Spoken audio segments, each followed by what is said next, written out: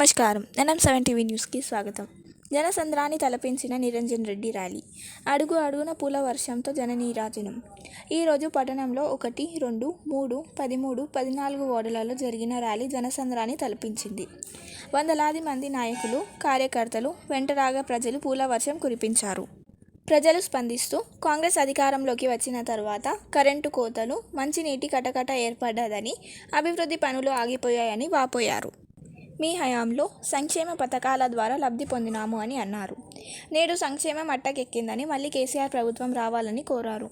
ఈ కార్యక్రమంలో జిల్లా అధ్యక్షులు గట్టు యాదవ్, జిల్లా అధికార ప్రతినిధి వాకిటి శ్రీధర్, పార్టీ అధ్యక్షులు రమేష్ గౌడ్, ప్రధాన కార్యదర్శి Paramjyothi, media convenor Nandimala Ashok, councillors Lakshminarayana, Bandaru Krishna, Naganna Yadav, Kanche Ravi, cooption సభ్యులు గులాం ఖాదర్ ఖాన్, ఇమ్రాన్, నాయకులు ఉంగులం తిరుమల్, ప్రేమ్నాథ్ రెడ్డి, స్టార్ రహీం, నందిమల్ల రమేష్, స్టార్ జమీల్, సూర్యవంశం గిరి, జోహెబ్ హుసేన్, అఖిలేంద్ర, చిట్యాల రాము, ఆరిఫ్, తోట శ్రీను తదితరులు పాల్గొన్నారు.